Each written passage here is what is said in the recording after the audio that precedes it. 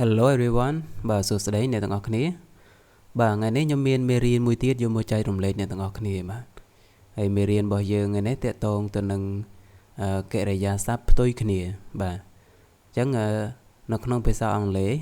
technique មួយដែលយើងរៀនពាក្យឆាប់ចេះឆាប់ចាំលឿនគឺយើងរៀនពាក្យណាដែលផ្ទុយគ្នាឧទាហរណ៍ថាយើងចេះមួយបានន័យថាយើងចេះពីរបាទឧទាហរណ៍ថាយើងចេះពាក្យថាhappy អញ្ចឹងណាដល់ពេលផ្ទុយនឹង happy គឺ sad បាទអញ្ចឹងអានឹងជាឧទាហរណ៍មួយអញ្ចឹងថ្ងៃនេះខ្ញុំលើកយកចំនួន15គូបាទ15គូនៃកិរិយាសព្ទផ្ទុយគ្នាដែលយើងជួបនៅក្នុងការសន្ទនាឬក៏ការនិយាយភាសាអង់គ្លេសប្រចាំថ្ងៃបាទអូខេចាយើងចូលទៅគូទី1តែម្ដងអញ្ចឹងយើងមានពាក្យថា arrive បាទ arrive បាទកាលពិតទៅយើងអាន arrive ប៉ុន្តែនឹងសរលេងវារៀងខ្សោយបងប្អូនដូច្នេះយើងឮ arrive បាទអញ្ចឹងយើងប្រែថាមកដល់បាទមកដល់អញ្ចឹងយើងមើលឧទាហរណ៍ជា clear បាទឧទាហរណ៍ជា clear arrive early បាទ arrive early ប្រែថាមកដល់ឆាប់បាទឆាប់មកដល់បាទហ្នឹងហើយអញ្ចឹងផ្ទុយនឹងពាក្យថា arrive យើងមានពាក្យ leave បាទ ea នឹងសំឡេង e រៀងវែងណា leave បាទ leave រៀនថាទាំងអស់គ្នា leave បាទអញ្ចឹងយើងប្រែថាចាកចេញយើងមើល clear របស់យើង leave early បាទចាកចេញលឿនឬក៏ឆាប់ចាកចេញបាទឧទាហរណ៍ថាយើងទៅចូលរួមពិធីជប់លៀងអញ្ចឹងទៅយើងឆាប់ចាកចេញយើងចាកចេញលឿនអូខេយើងមើលពាក្យមួយទៀតគឺ break យើងប្រែថាបាក់ឬក៏បែកបាទអញ្ចឹងឧទាហរណ៍ break your glasses បាទ break your glasses យើងប្រែថាធ្វើបែកឬក៏ធ្វើបាក់វ៉ែនតារបស់អ្នកបាទ glasses នេះគឺវ៉ែនតាបាទ break your glasses ធ្វើបែកឬក៏ធ្វើបាក់វ៉ែនតាបាទអញ្ចឹងផ្ទុយនឹងពាក្យថា break យើងមាន mend ហើយនឹង repair អញ្ចឹងយើងមានពីរពាក្យដែលផ្ទុយនឹង break អូខេ mend បាទ repair បាទអញ្ចឹងយើងប្រែថាជួសជុលដូចគ្នាបាទអញ្ចឹងយើងមើល clear របស់យើង repair your glasses បាទ repair your glasses យើងប្រែថាជួសជុលវ៉ែនតារបស់អ្នកបាទខាងលើនឹងធ្វើបាក់ធ្វើបែកឥឡូវយើងជួសជុលហ្នឹងហើយបន្តមកទៀតយើងមាន buy អូខេ buy យើងប្រែថាទិញបាទអញ្ចឹងពាក្យនេះស្រួលទេ buy ប្រែថាទិញ buy a house បាទយើងប្រែថាទិញផ្ទះមួយបាទទិញផ្ទះ buy a house ដល់ពេលផ្ទុយនឹង buy គឺ sell បាទ sell នឹងយើងប្រែថាលក់បាទផ្ទុយនឹងទិញគឺលក់ sell a house បាទ sell a house បានន័យថាលក់ផ្ទះបាទលក់ផ្ទះគូបន្ទាប់មកទៀតយើងមានអូខេយើងមានពាក្យថា lose បាទយើងអានថា lose បាទយើងប្រែថាបាត់បាទបាត់បង់បាត់lose your keys បាទបាត់សោរបស់អ្នកបាត់កូនសោបាទ keys កូនសោបាទដល់ពេលផ្ទុយនឹង lose គឺ find បាទអញ្ចឹងយើងប្រែថារកឃើញ find your keys find your keys បាទរកឃើញកូនសោរបស់អ្នកបាទបាត់កូនសោរកឃើញកូនសោហ្នឹងហើយ lose ហ្នឹងវាអាចប្រែមួយទៀតថាចាញ់បាទអញ្ចឹងនៅ slide បន្ទាប់ខ្ញុំនឹងប្រាប់នឹងបញ្យល់អ្នកនរគ្នាហើយបាទអញ្ចឹងគូបន្ទាប់របស់យើងគឺបាទយើងមានពាក្យថា forget បាទ forget អូខេ forget ការពិតយើងសង្កត់កន្លែង get រៀងវែងដល់ពេល for ហ្នឹងគឺខ្លីបាទ forget បាទអាហ្នឹងរៀនរបៀបបញ្ចេញសំឡេងឲ្យត្រឹមត្រូវយើងមើល clear forget somebody's name បាទSB ហ្នឹងអក្សរកាត់ណា somebody ហ្នឹងយើងប្រែថានរណាម្នាក់បាទ forget somebody's name បានន័យថាភ្លេចឈ្មោះរបស់នរណាម្នាក់បាទអញ្ចឹងយើងអត់ចាំទេយើងភ្លេចហើយបាទ remember បាទ remember អូខេផ្ទុយនឹង forget គឺ remember យ៉ាអញ្ចឹងកន្លែងនេះយើងសង្កត់ធ្ងន់កន្លែង mum អូខេ remember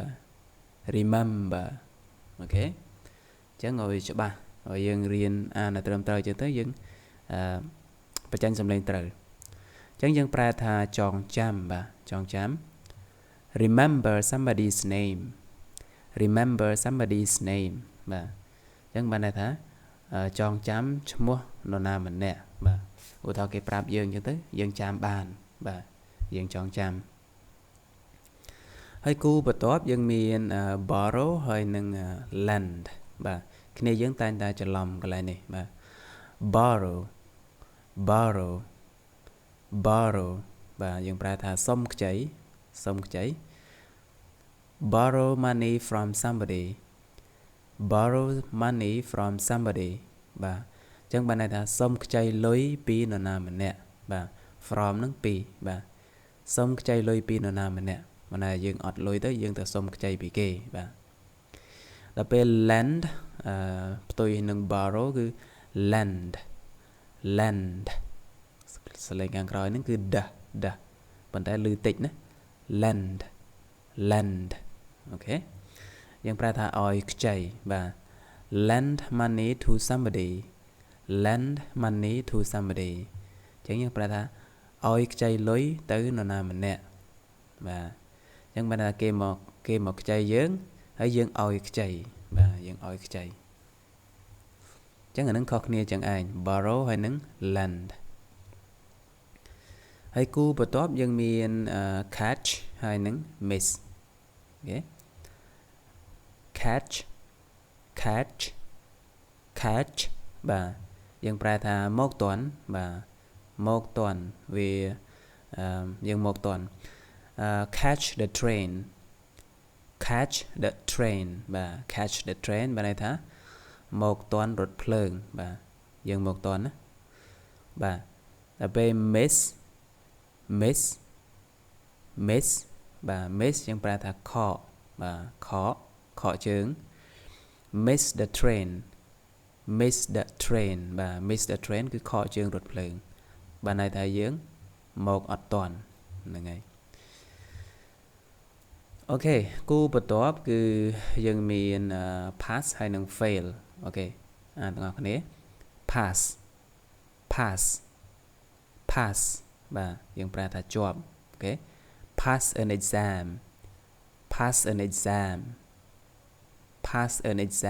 បាទអញ្ចឹងបានន័យថាប្រឡងជាប់ឬក៏ជាប់នៅក្នុងការប្រឡងបាទ fail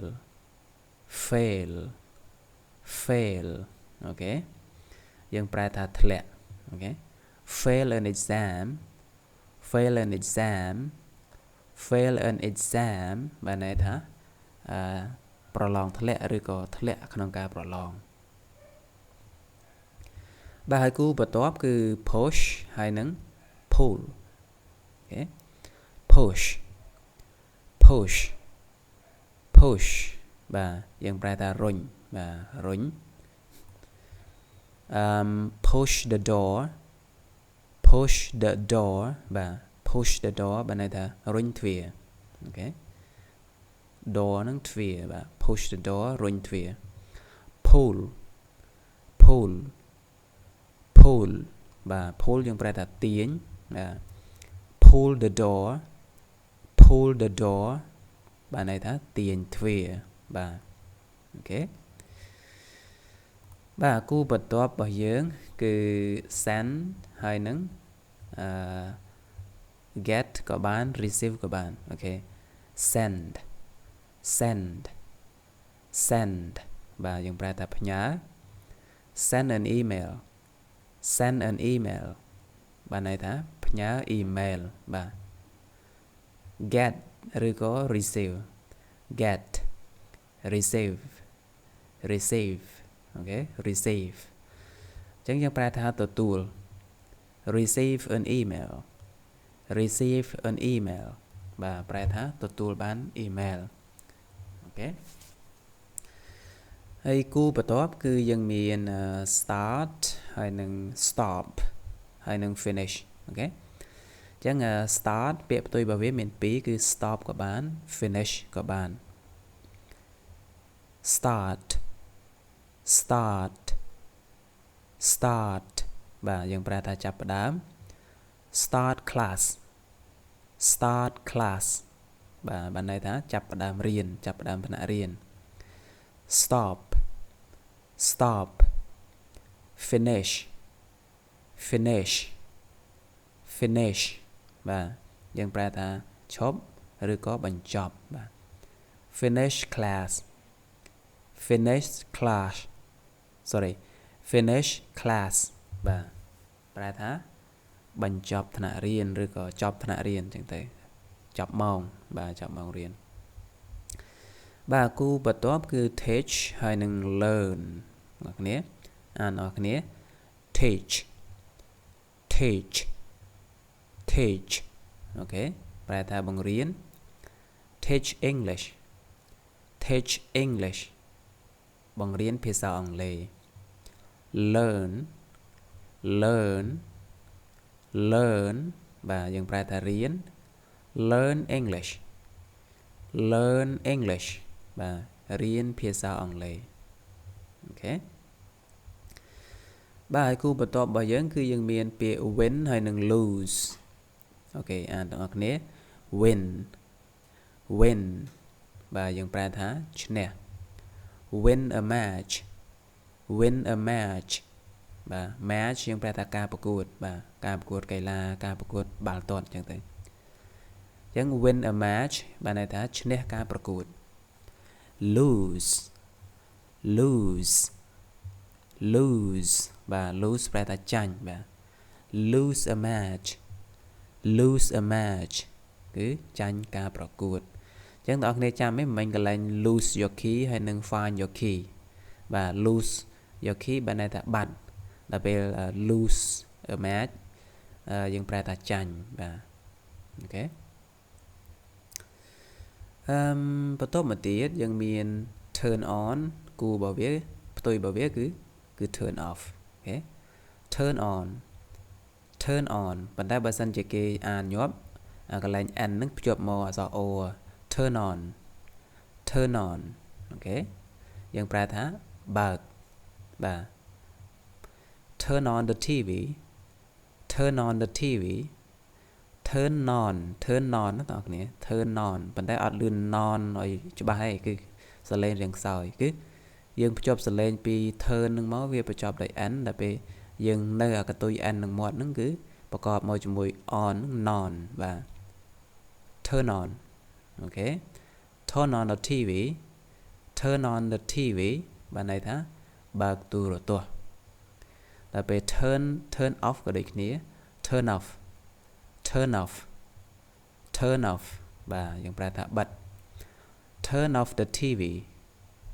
turn off the TV បាទយើងប្រែថាបិទទូរទស្សន៍បាទហេផ្ទុយនឹងបើកគឺបិទអញ្ចឹងសរុបមកគឺយើងមាន15គូប៉ុណ្ណឹងសម្រាប់កិរិយាសព្ទផ្ទុយអញ្ចឹងនៅមានច្រើនទៀតខ្ញុំនឹងធ្វើការ ធ្វើមេរៀនបន្តទៀតប៉ុន្តែលើក្រោយប្រហែលជារៀងពិបាកជាងនេះព្រោះធម្មតាយើងធ្វើ elementary បន្ទាប់មក pre intermediate បន្ទាប់មក intermediate advanced ចឹងទៅបាទអញ្ចឹងតាមកម្រិតប៉ុន្តែចំពោះកម្រិតនេះគឺកម្រិតលើ elementary បន្តិចហើយចូល pre intermediate ហើយបាទហ្នឹងហើយអញ្ចឹងសង្ឃឹមថាវីដេអូនេះនឹងបានជួយរួមចំណែកដល់ការរៀនភាសាអង់គ្លេសទាំងអស់គ្នាបាទហើយសម្រាប់អ្នកថ្មីកុំភ្លេចចុច subscribe នេះមួយផងព្រោះដើម្បីបានមេរៀនភាសាអង់គ្លេសល្អៗហើយបើសិនជាចូលចិត្តវីដេអូហ្នឹងសូមចែករំលែកទៅកាន់មិត្តភ័ក្តិដែលពួកគាត់កំពុងរៀនដែរOkay, thank you very much everyone for watching since the beginning until the end.